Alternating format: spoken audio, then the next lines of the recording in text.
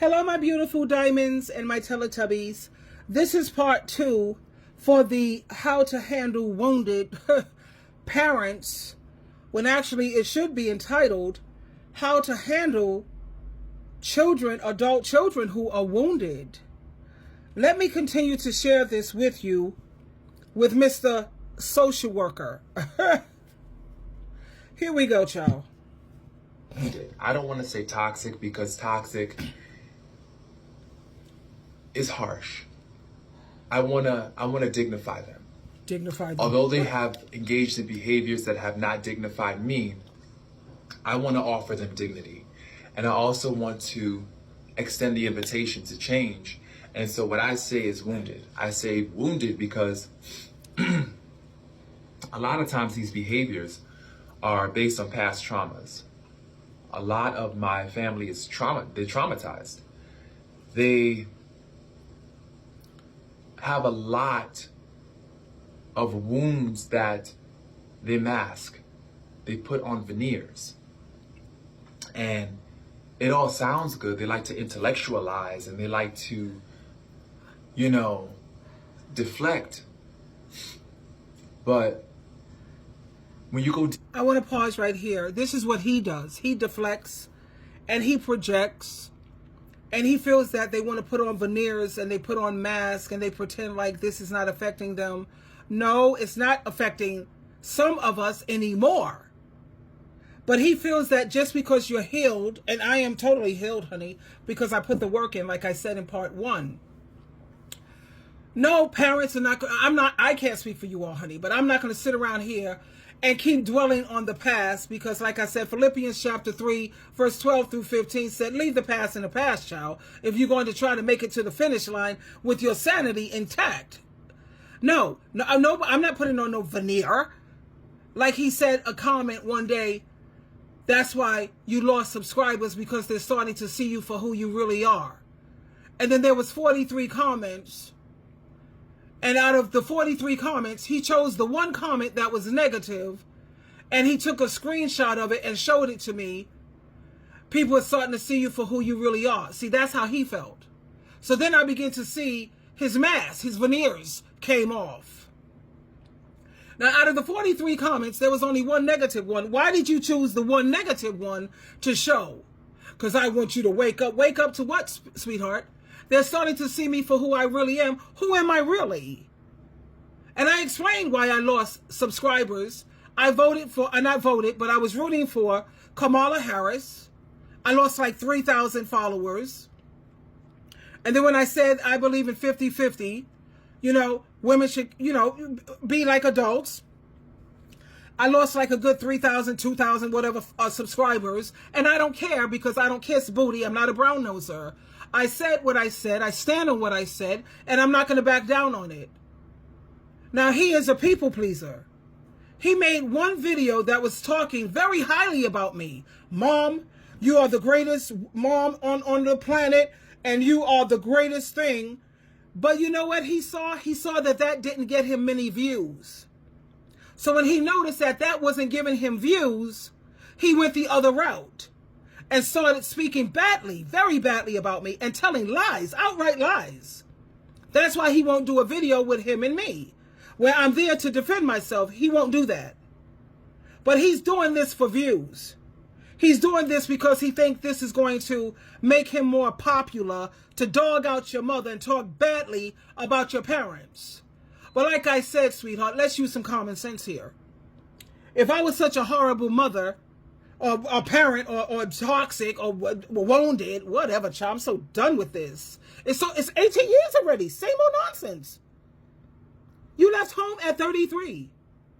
You was working since you was 14, 15 years old. You had money to get a room. You had money to get up out of your toxic, whatever parent that you claim, but you left at 33. How do you explain that? Let me just share a video with you just to show you this is all hypocrisy. I'm going to share another video with you, and you'll see he's going for the views. Let's continue to listen to this nonsense, because that's exactly what it is. And it's not about disrespecting you, but you have to, respect works both ways. that doesn't register. You heard what I said to you? That if he heard this, it's going to hit the wall. It's like talking to the ceiling, honey. It doesn't penetrate. You realize that there's some trauma there, some wounding that they have not yet addressed. And when you bring it to their attention, see me, I'm a counselor. I'm a counselor by trade. And so I see patterns. I see patterns of unhelpful behavior. And I bring this to people's attention, hoping that they want to do something about it. But a lot of times people don't see it. They lack awareness. And this is why I had to stop. Oh my God, I had to stop and laugh. Yeah, you're a counselor, a social worker. My question is, but are you a good one? Are you a good one? Because I have to look at your track record, 10 years of this. How many people's lives have you changed for the better? Are they no longer using drugs? Are they no longer using alcohol? You know, I was going through some alcohol issue, and I asked here this Mr. Social Worker Counselor, can you help me find a sponsor or something, because I was going through it. You know, he went with me to one fellowship meeting, one. Didn't get me a counselor, but you know what he gave me? He found some women's group where all these women do, and I hung out with them for three times. All these women do is drink, eat, and talk about how I need a man. I want a man. We went out to the clubs. They was drinking. They have a designated driver. Now, instead of you giving me somebody who's this is a social worker. And this is the kind of advice you gave me? What? That's the kind of support you gave me. You set me up with a group of women who do nothing but drink when I'm working on drinking issues. But I've got moderation management now, so everything is gravy. But it wasn't from Mr. Social Worker here. So like I said, people pay to talk to SheilaTruelove. They do. Because I have empathy. I have understanding. I have, guess what? Experience. He don't have no children. How the hell are you going to sit around and try to talk about parents so badly? And he talks about parents badly and old people. I don't like that about, I love my son. And if you look at just go on my channel or all of my social media, I have videos where I'm just doing nothing but showing that this man, he was, past tense, my pride and my joy. And when I say pride, I'm talking about proud of him. Don't you think children should be happy when their mother is proud of them? Not him. He bashes me for all of that. Oh, you just want the golden child so you can have somebody. Everything negative. This is Mr. Social Worker here. Just because you're a counselor, it don't mean you're a good one. How many lives have you changed for the better, Mr. Social Worker? I'm just curious. Continue to repeat these same patterns. And so, what do you do when you tell people that a certain course of action, if continued, is going to derail the relationship? What do you do, Mr. Social Worker? Because I keep telling you, if you keep this pattern, this behavior of being hypersensitive, you're going to damage our relationship. Does he listen? No. Stop taking everything out of context and having people talk and walk on eggshells, Mr. Social Worker. Yeah. I keep telling you what not to do. Stop making negative videos. If you don't have anything good to say about me, then at least, bare minimum, have me right there. We both have a channel. We could do it on your channel. I don't care. Why don't you do that, Mr. Counselor? Mr. Counselor is kind of like a coward, if you want my viewpoint.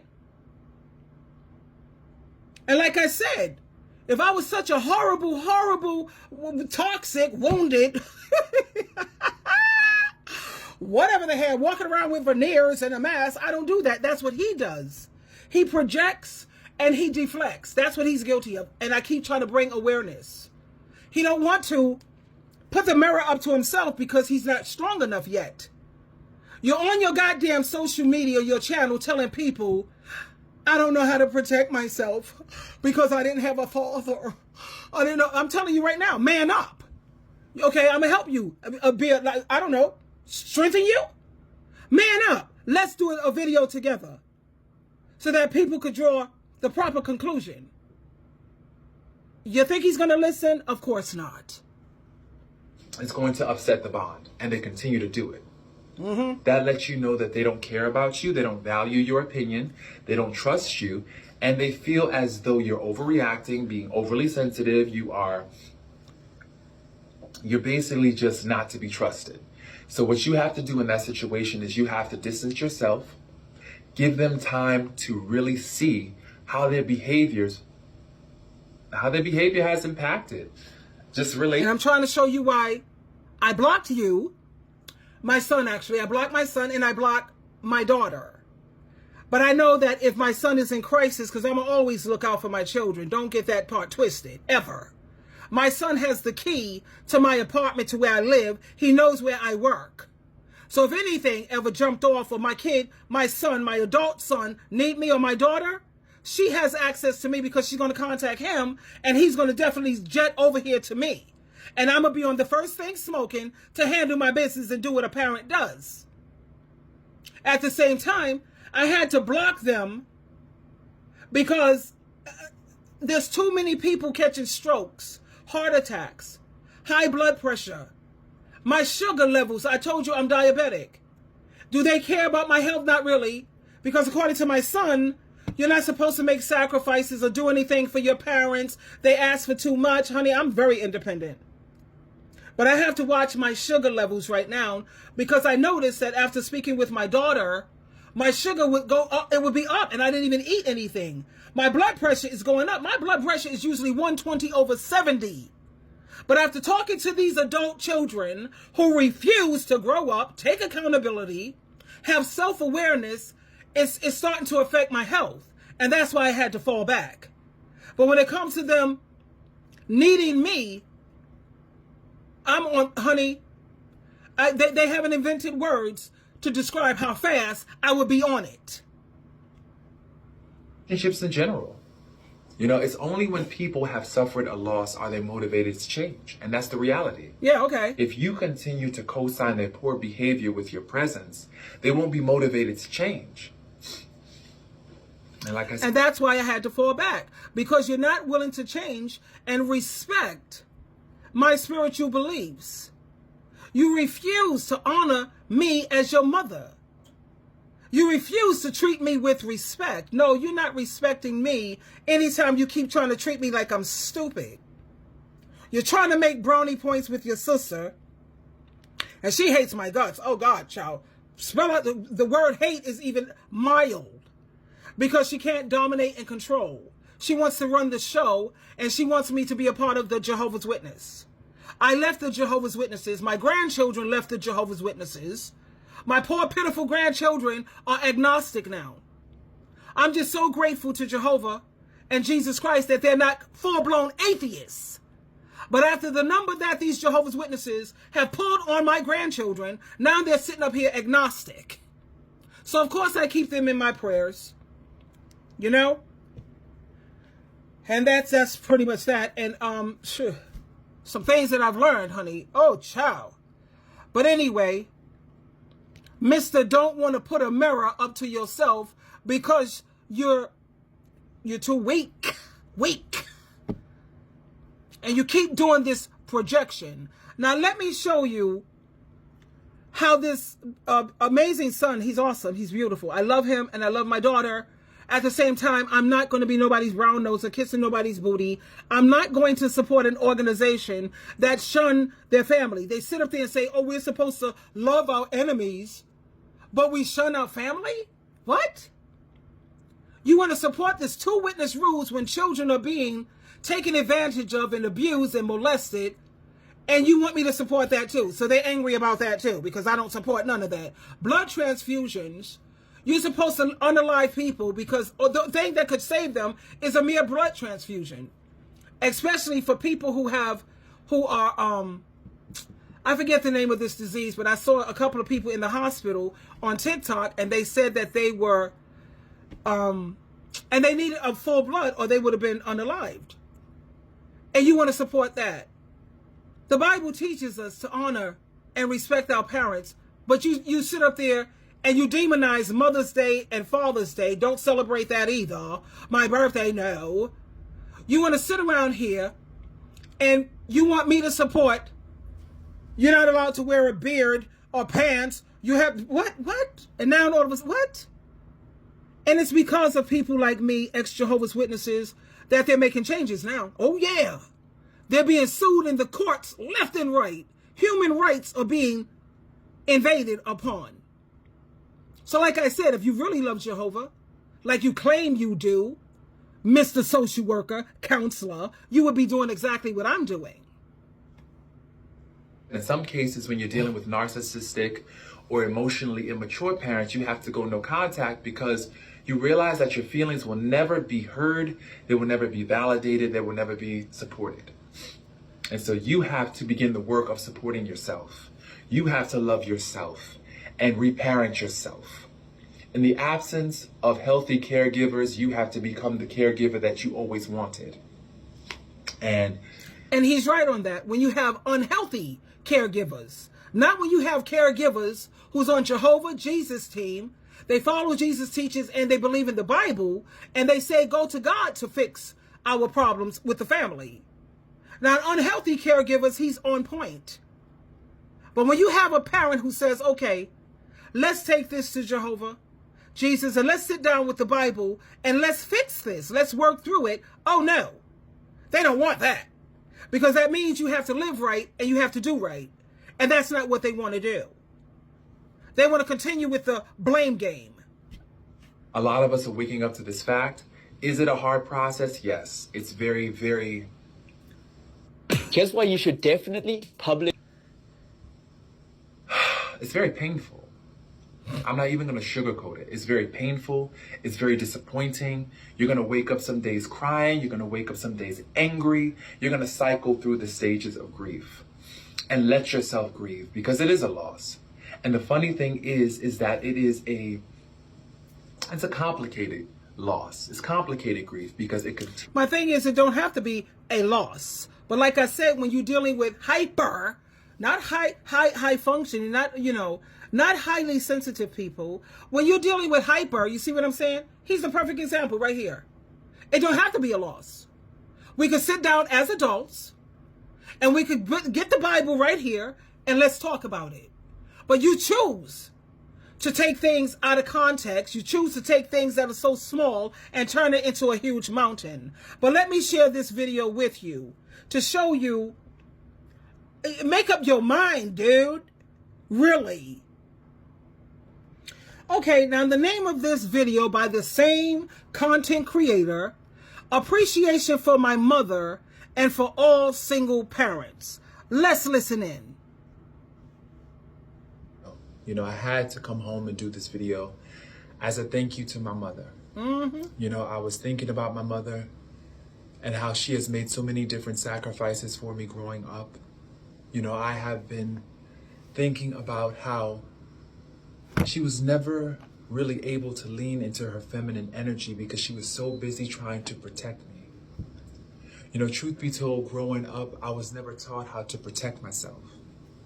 You know, and personally, I feel it's a father's job to teach his son how to... I just want to pause for a brief moment. Yeah, you didn't want to learn how to protect yourself because I tried to get him into martial arts, or you know how you take self-defense classes? He didn't want it. I tried to offer him the Big Brother program. He didn't want it. So just don't say, I never... See, he wants to do the blame thing all the time. I never learned how to protect myself because you didn't want to learn how to protect yourself. Defend himself, how to protect himself. I was never taught how to do that. I had to learn that through other channels, namely women. Women in my life have always tried to teach me how to protect myself, but it also came from the lens of a woman, from a woman's mindset, a woman's perspective. You know, I needed a man's perspective on how to protect myself, and I really never got that. I never got the male perspective on how to defend or protect myself. I couldn't be a man, so sorry. There's so many of us fatherless boys growing up out here unprotected. You know, Do you see what I'm talking about? This man is 42 years old and he's still with these daddy issues. My daddy, I need my father, my daddy, my daddy. Come on. You're supposed to outgrow these things, honey. I mean, come on. Let's move on. Philippians chapter 3, verse 12 through 15. Of course, he's not going to listen to that. I think about gay men who do not have fathers, who never had a father. They oftentimes put themselves in harm's way. Okay, let's having move on a little bit. For the love of a man, you know? God, child, they please. never really learn how to defend and protect their own interests, you know? And so I have to reflect upon this. I've really had to do this video because I see so many of us young boys out here, especially gay young boys. We don't know how to protect ourselves.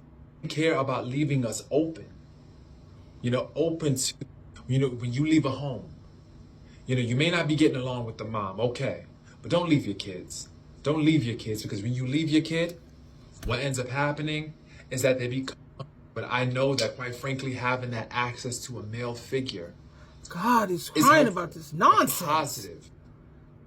Every situation that happened as a result, I let it go. In education, I was raised. Hold on a moment. I'm trying to get this. And to me, it's just, this is why so many of our young boys and young girls are out here dying at the hands of other people and other men and other women, because they don't know how to protect themselves. They never learned, you know? I was raised on love. I was raised on valuing education. I was raised on spirituality and the importance of spiritual food. I was not raised on boundaries. And my mother did her absolute best. And, you know, looking back, I have no... Every situation that happened as a result, I let it go. My mother, I am so grateful for her. I really am, because she tried her best to instill certain principles and to protect me, but she never really got a chance to lean into her own feminine energy. As I mentioned earlier, she was too busy out here trying to teach me how to defend myself as a young man, you know? And when you really think about that, how so many single moms out here, so many single moms out here do not have the benefit of a partner, and they have to abandon their own nature. They have to abandon their own nature as women, trying to raise men children and trying to make sure that these men children are well adjusted, are masculine, but at the same time tender, you know? Are strong, but at the same time vulnerable. Whew. It's a job, baby. Mom, I gotta say this to you. If you are watching this video, thank you. I never really knew how hard you had it. I never really knew until this very moment, and I don't know what clicked, but something clicked, and it made me realize just how many sacrifices, just how much you love me, and also how many sacrifices you had to personally make that other people didn't even know. Maybe you yourself didn't even know that you were making a sacrifice of your femininity in order to help me realize my own masculinity. Child. Oh. Yep. When you realize that, when that hits you, But do you see the point that I'm making here? In one breath, you could talk about how toxic and no good I am. And then in another breath, you could talk about I recognize the sacrifice. I remember when I had a hysterectomy, you know, that put you in an instant menopause. My menopause, I thought I was going to have to go into a psychiatric hospital because it was rough. And having to be the mother and the father, it's hard. It was hard. I worked like a dog for the things that I thought was important. To see my kids. I wanted my kids to be God-fearing. That's the greatest thing you could give your children, is a spiritual foundation and a relationship with God and Jesus Christ. Jesus Christ is going to be able to save them when times you're not going to be able to. I wanted them to be smart and educated. They both are highly educated and smart like all get out. They just need some areas of work. And I wanted them to be very, very articulate and well-spoken. I didn't want them to have jobs. I wanted them with careers. And I wanted them to always know how to take care of themselves in my absence. And guess what? With the help of Jehovah and Jesus Christ, I achieved every single thing, everything that I wanted for my children. And that's what was important to me. Everything your mother ever did to you, every argument, every disagreement, every issue has been obliterated. Has been obliterated by grace and also insight, awareness, and empathy. Empathy, insight, and awareness has lifted that curse of blaming your mom, blaming you this, blaming, why did you blame? My mother did the best that she could with what she knew. And knowing what I know now, I don't have a child right now, but knowing what I know now about what it means to raise children, especially in a world like this. Single moms out there, you all are amazing. You are amazing. And I have to praise you. I have to celebrate you. Because you see how? This is what I'm saying. You're sending these mixed messages. And like I said, it would be great if he had a child. Can you even take care of a dog or a cat? I'm just curious, like a dog. You go on a vacation, you got to set up the babysitter, you got to do this. Take care of a cat. That's easy. Don't sit around here talking about your parents so badly. No. You have to exercise understanding. Now, the thing is, he saw that this video, when he made this video, it didn't get him many views.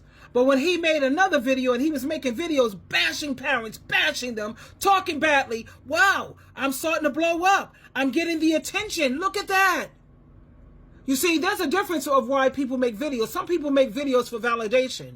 I make videos for empowerment, for awareness, and to help people. I don't care about no validation. Like I told you, I lost like thousands of subscribers because I wouldn't subscribe to their nonsense. I said what I said, and I stand on what I said. I'm not here for you to validate me, and I don't need your approval. As long as what I'm teaching and saying is in harmony with Jehovah, Jesus Christ, and that Bible, honey, I'm good. But I just wanted to share this part too with you because, you have these adult children. Don't listen to them. Please trust me on this. Don't listen to nothing they say if they don't have their parent right there next to them, so that their parent could share their perspective with you. Please. Because anytime they don't want their parent there, it's because they're lying. That's pretty much what it is. Twinkle, twinkle, twinkle.